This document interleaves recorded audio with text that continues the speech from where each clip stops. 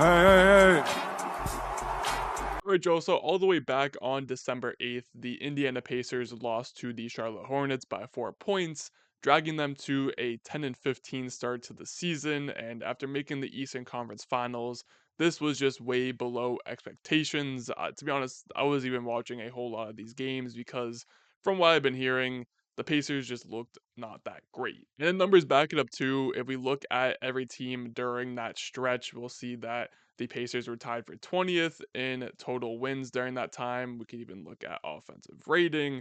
They're all the way down at 19th. We can look at defensive rating.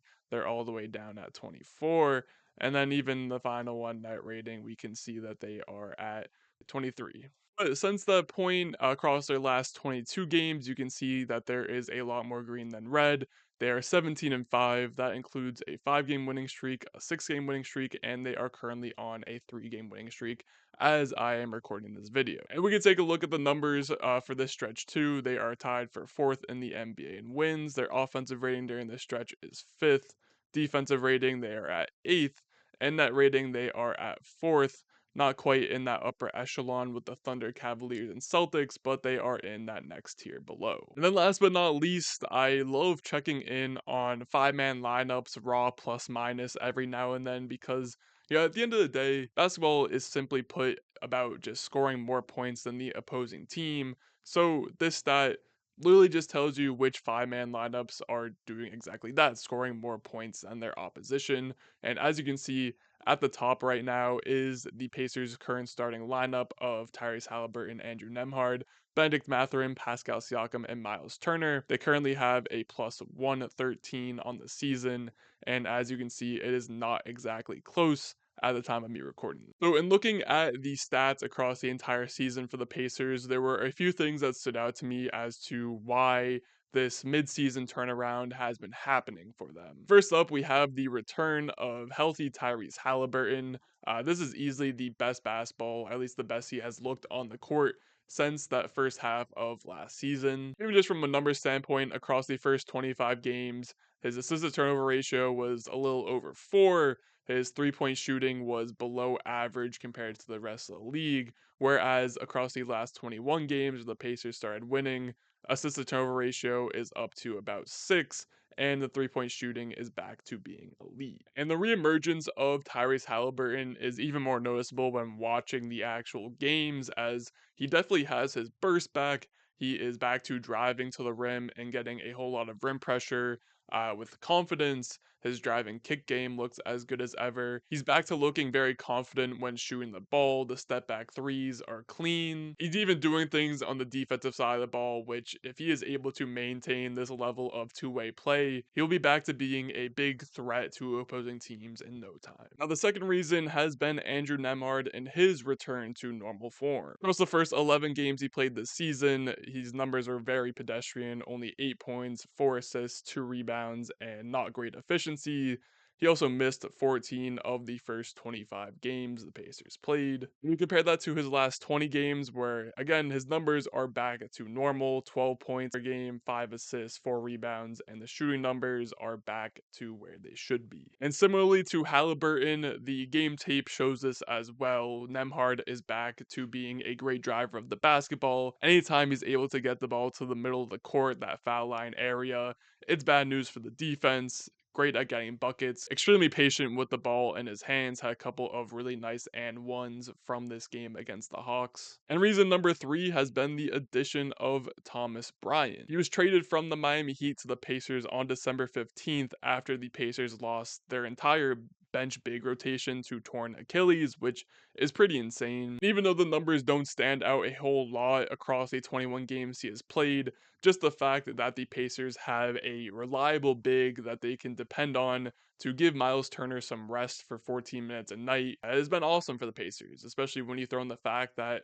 Thomas Bryant is shooting 58% from the field and 44% from beyond the arc. Obviously, as the title of the video suggests, the biggest reason why we've been able to see the Pacers have such good success this season, at least, after that really rough initial stretch is that Pascal Siakam has been such a great foundation for this team to rely on. For all of the ups and downs of Tyrese Halliburton, Andrew Nemhard, Miles Turner, the injuries to guys like Aaron Nesmith, and the backup bigs, Pascal Siakam has just been the most consistent guy. And even though the numbers aren't as good as some of his previous seasons, again, it's his sixth straight season of 20 points a game, really solid defense. And what stands out most to me about this year is the fact that he's shooting a career high 41% from three on over 4 attempts per game. As Siakam continues to just be a really efficient offensive player, and that now extends out to behind the 3 point arc. Specifically, despite some of the narratives out there, especially in today's date at the time of me recording this, with the All Star game approaching and the idea of snubs and all of those good things, I think Siakam is one of the more underrated All Star selections, if not the most underrated. And I say that because, again, his numbers aren't anything crazy, and for the people who aren't watching him every game, which I'm not even gonna claim that I do, but for the people who just look at solely his numbers, might not understand the impact that Siakam has for this Pacers team. And I think this game against the Hawks was a great example of how he is the foundation, because despite the fact that he did not do much during the first 3 quarters of this game, once we got to the fourth quarter and it was clutch time and every possession mattered, ball was either in Siakam's hands or Siakam was a part of the action for more possessions than not. 5.5 minutes to go, Pacers down by one. They're going to run a double drag with Siakam as the first screener. Nemhard is going to use both screens. Turner rolls, draws the defense in, allows Nemhard to kick out to Pascal Siakam, who has space. Keaton Wallace tries to close out, but Siakam drives right by him, stops, and hits the pull-up midi. Then here, just a few minutes later, Hawks miss a open corner three. Pacers come down with the rebound. Halliburton pushes it in transition, feeds it to Siakam, who is already establishing position down low in the post. And you're going to see DeAndre Hunter try to send a double team from the baseline. And at this point, the Pacers are all spaced out. Siakam has his choice of people to kick out to, but with Nemhard sealing off Trey Young, it leaves Nesmith wide open in the corner. Siakam facilitates, and it leads to a wide open catch and shoot three to double their lead. Then finally on this play here, they're going to go to the old bread and butter of the Halliburton Siakam pick and roll. Siakam's going to get the switch from Risache. Ball gets worked around. They get to Siakam in the post. He goes one-on-one in isolation with the rookie, drives in, jump stop, turn around, post hook, score, 5 point lead, and the Pacers would maintain that lead for the rest of the game. Perhaps most importantly, though, the Indiana Pacers are back to just playing their brand of basketball that made them such a dangerous team in the second half of last season, and was the reason why they were able to make it to the Eastern Conference Finals.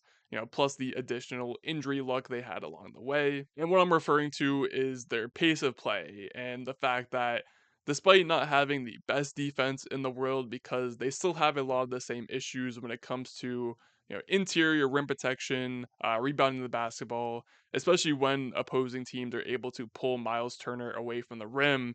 It makes the Pacers' job on the defensive end of the court that much harder. When they're able to use their feistiness and defensive intensity to either force turnovers or grab a rebound off of a miss, they are back to being extremely dangerous in transition. They push the ball very quickly. Tyrese Halliburton is usually spearheading this attack, but anyone on this team is capable of pushing the ball in transition, whether it be Aaron Nesmith, Andrew Nemhard, Obi Toppin finishing the play in transition. Pacers are just able to get so many good looks on defenses that are not getting back and are not set up. And the Atlanta Hawks were probably a great example of this, because they are a team that has struggled defensively in the recent years, especially in transition. Point stands that this is the Indiana Pacers' bread and butter, and they are at their most dangerous when they are converting great defensive possessions into great offensive opportunities